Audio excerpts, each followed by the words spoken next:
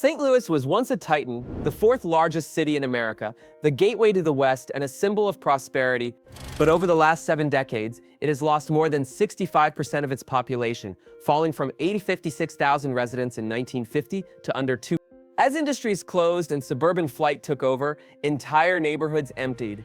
Today, St. Louis faces one of the highest violent crime rates in the nation, with nearly 6,000 vacant buildings scattered across the city. Wealth and opportunity cluster around newer suburbs, while the urban core struggles with poverty, aging infrastructure, and disinvestment. Yet, even in decline, St. Louis still feels alive. Its architecture, its music, its pride. Locals say it's a city too stubborn to die, a place defined as much by its heartbreak as its resilience. St. Louis is the American story: rise, fall, and the fight to matter again. Shreveport was once one of the South's fastest-growing cities, built on oil, river trade, and entertainment. In the mid-20th century, its neon-lit streets buzzed with life, casinos, and industry. But after the oil bust of the 1980s, the decline began, and the recovery never truly came. Since 1980, Shreveport has lost more than 25% of its population, and poverty now affects around 27% of residents. Crime has become a constant concern. The violent crime rate is nearly 3 times the national average, and businesses have fled to safer suburbs. Meanwhile, infrastructure crumbles, and boarded-up homes line entire blocks. Still, there's pride here. Shreveport's music scene, food culture, and southern warmth haven't died, they've just gone underground. Locals describe their city as tough love in concrete form, a place that might break your heart but still feels impossible to abandon. Baltimore is a city that's both iconic and tragic, rich in history, yet burdened by decades of decline. Once home to nearly 1 million people, Baltimore was a major manufacturing and shipping hub. But when factories closed and jobs vanished, entire neighborhoods began to crumble. Today, only about 570,000 residents remain, and more than 15,000 houses stand vacant. The city's murder rate ranks among the highest in the nation, nearly 5 times the U.S. average. Schools and public services struggle with chronic underfunding, and residents often feel trapped between pride and frustration. Still, there are sparks of hope: the Inner Harbor, Johns Hopkins, and grassroots efforts to rebuild from within. Baltimore's story isn't simple. It's the story of a city fighting its own shadow. Every block tells a tale of resilience, heartbreak, and a determination to keep the lights on, no matter how dark it gets. Birmingham was once known as the Pittsburgh of the South, a booming steel and coal city that powered much of America's growth in the early 20th century. But as heavy industry declined, so did Birmingham's fortunes. Since 1960, the city's population has fallen from 340,000 to under 200,000, and poverty now affects about 27% of residents. Abandoned steel mills and aging infrastructure still mark the landscape, while crime and economic inequality divide neighborhoods. Despite a growing medical and tech sector, progress feels uneven. Shiny new developments downtown often sit just blocks from decaying homes and boarded storefronts. Yet Birmingham refuses to quit. The city has a deep civil rights legacy and a resilient culture that keeps pushing forward.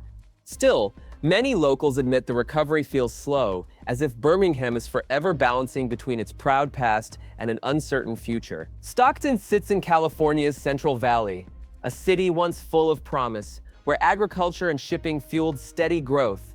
But the dream unraveled fast. When the 2008 financial crisis hit, Stockton was one of the hardest-hit cities in America. Home prices collapsed by nearly 70%, unemployment soared past 15%, and by 2012, Stockton became the largest U.S. city to declare bankruptcy at the time. Even after recovery efforts, challenges remain.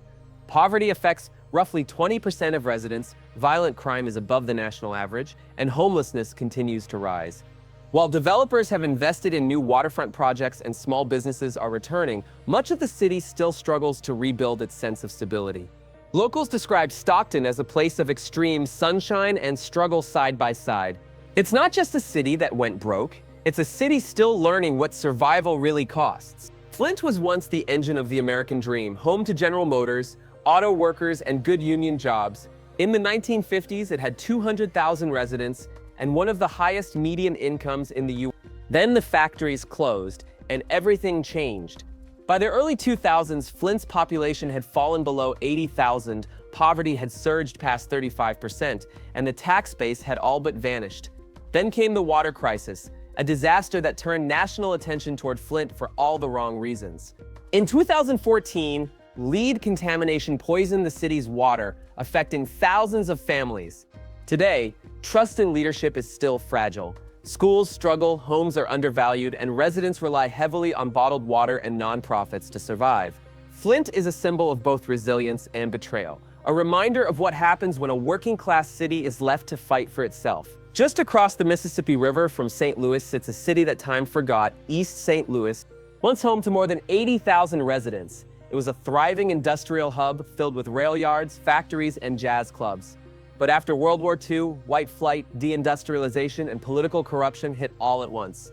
Today, fewer than 18,000 people remain, and many live in crumbling neighborhoods where basic services barely function.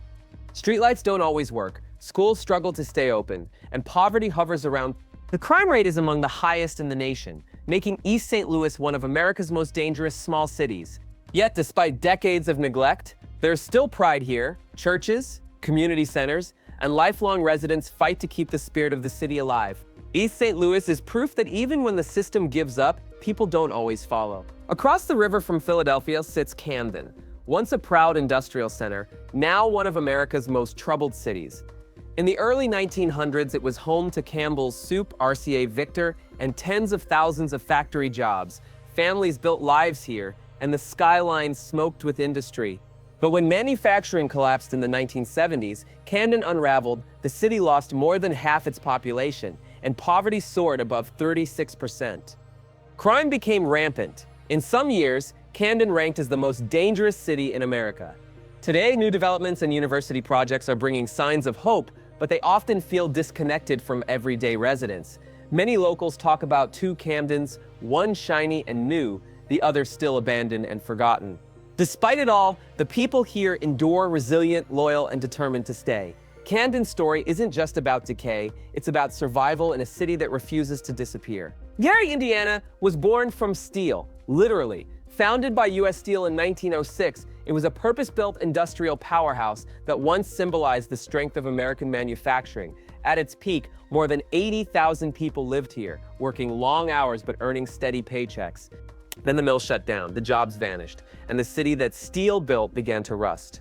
Today, Gary's population has fallen to under 70,000, and nearly 1 in 3 homes is abandoned. Entire neighborhoods sit quiet except for the wind, and once grand theaters like the Palace now stand hollow, beautiful ruins of a lost era. Unemployment hovers around 10%, poverty near 32%, and few new industries have stepped in to replace what was lost. Despite being just 25 miles from Chicago, Gary feels worlds apart. Locals call it a city stuck between what was and what might. Gary's story isn't about failure. It's about what happens when a city built for one purpose outlives it. Once the proud heart of America's steel industry, Youngstown was a city that roared with life. Shift whistles, glowing mills, and thousands of paychecks. But when the steel plants shut down in the late 1970s, everything collapsed. The population fell from 6,000 to barely 60,000, and the jobs never came back. Neighborhoods that once housed factory workers are now ghostly rows of boarded homes and empty yards. Today, poverty sits above 35% and unemployment remains among the highest in Ohio. While Youngstown State University and local tech startups are trying to rebuild the downtown core, most of the city still feels frozen in time, an echo of its former self. Locals talk about a strange loyalty to this place. It's tough, it's broken, but it's home. Youngstown isn't just a dying city, it's a reminder of what happens when America's industrial engine simply stops turning.